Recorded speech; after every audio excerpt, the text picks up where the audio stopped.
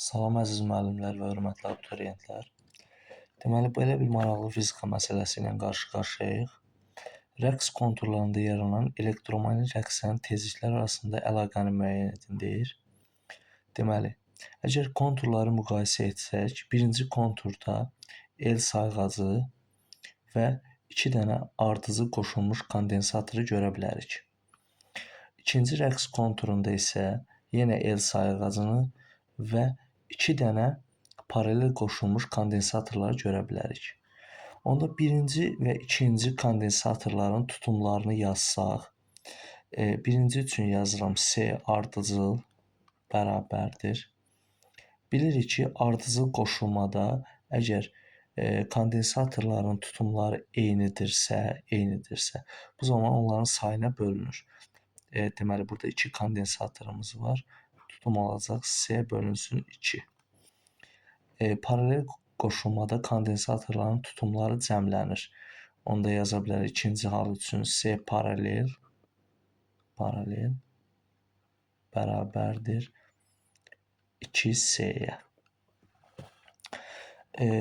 Bunların rəqs tezliklərini müqayisə etmək üçün Thomson düsturundan istifadə edəcəyik. Thomson düsturu bilirik ki, nü bərabərdir, nü 1 üçün yazaq, bərabərdir.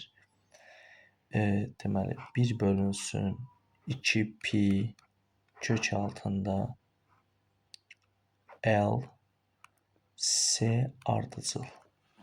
İkinci üçün yazırıq. Nü 2 bərabərdir 1 bölünsün 2 pi kök altında L S paralel. İndi bunları tərəf-tərəfə bölsək əgər, nü 1 bölünsün nü 2, L'lər hər ikisində eyni olduğundan, yəni bunlar islah olunacaq, bərabərdir kök altında, deməli, kök altında olacaq bizim ifadəmiz S ardıcıl, burada da S paralel. O da bərabərdir kök altında S paralelimiz 2S'dir. S ardıcılımız S bölü 2'dir.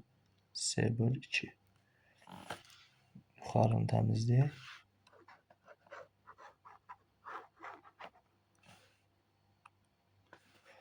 Onda nü 1 bölünsün nü 2 ifadəsindən biz asanlıqla ala bilərik ki,